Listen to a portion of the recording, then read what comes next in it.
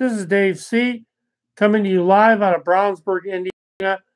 And on this day in music, in 1957, 5,000 fans greeted Bill Haley when he arrived from New York on the liner Queen Elizabeth at Southampton for his debut UK concert tour. Haley was the first American rock artist to tour the UK.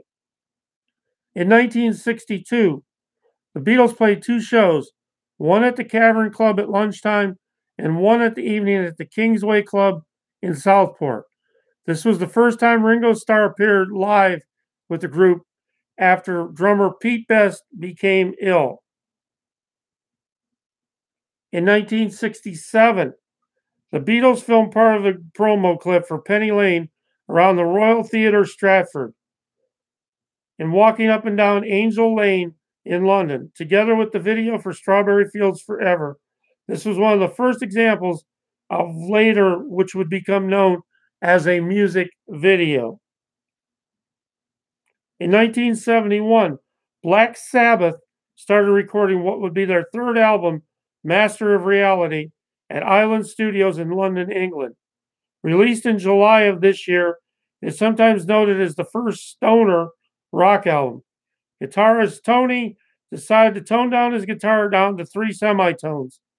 Geezer also toned down his bass guitar to match. The result was a noticeably darker sound that almost 2 decades later would prove hugely influential on at least 3 of the biggest grunge acts, namely Smashing Pumpkins, Soundgarden, and Nirvana.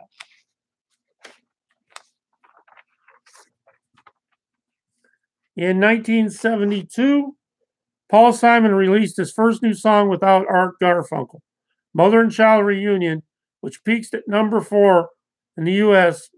Simon got the idea for the song's title from a chicken and egg dish called Mother and Child Reunion that he saw on a Chinese restaurant menu. In 1983, Def Leppard's album Pyromania started a 92-week run on the U.S. charts. It never reached number 1, but sold over 6 million copies just in the U.S. alone.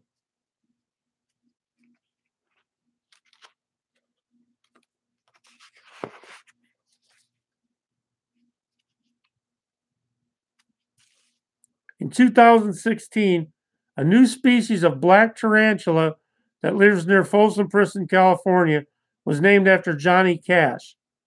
It was among 14 new tarantula species from the southern U.S., which were described by biologists in the journal Zookeys.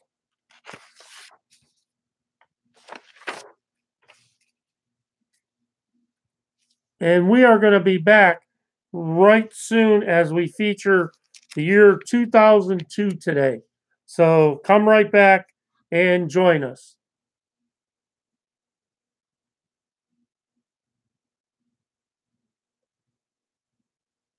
Hey, this is Dave C., and we're back with our 2002 History Snapshot. In the Olympics, Stephen Bradbury won a gold medal in 2002 Salt Lake City Olympics in speed skating because everyone in front of him crashed. The top song was Lose Yourself by Eminem. The big movies included Spider-Man, Lord of the Rings, The Two Towers, and Star Wars. Episode 2, Attack of the Clones. New Coke stayed in production for 16 years, even though it only took 3 months for Coke to bring back Coca-Cola Classic due to extreme public backlash. It was renamed Coke 2 until discontinuation in 2002. In 2002, the World Series champs were the Anaheim Angels. Super Bowl 36 champs were the New England Patriots. The NBA champions were the LA Lakers.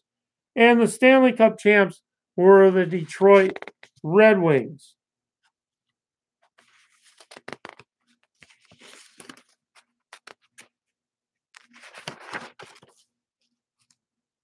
The U.S. Open golf winner was Tiger Woods.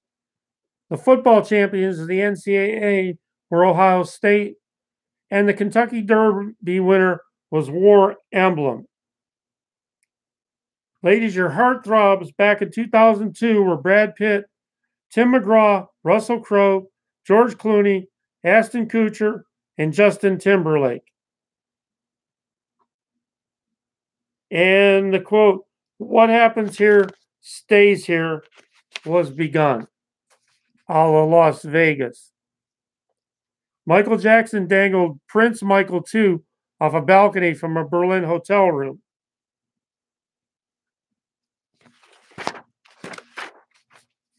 Casey Kasem, who was a devout vegan, he quit the Scooby-Doo show in 1995 when asked to voice Shaggy in a Burger King commercial.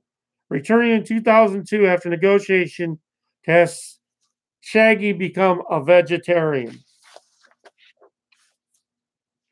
Steve Fossett finished his non-stop trip around the world via balloon on July 4th. Took him 14 days, 19 hours, and 51 minutes. Rosie O'Donnell announced that she was gay. Elmo from Sesame Street testified in front of Congress. And habits of the Americans were watching American Idol. Big movies, again, were Spider-Man, Lord of the Rings, The Two Towers, and Star Wars Episode 2, Attack of the Clones.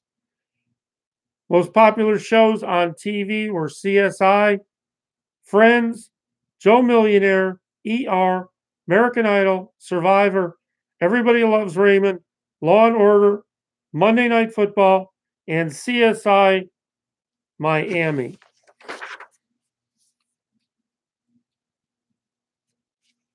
And the number one hit in 2002 from December 22nd, 2001 to February 22nd, 2002 was Nickelback, How You Remind Me.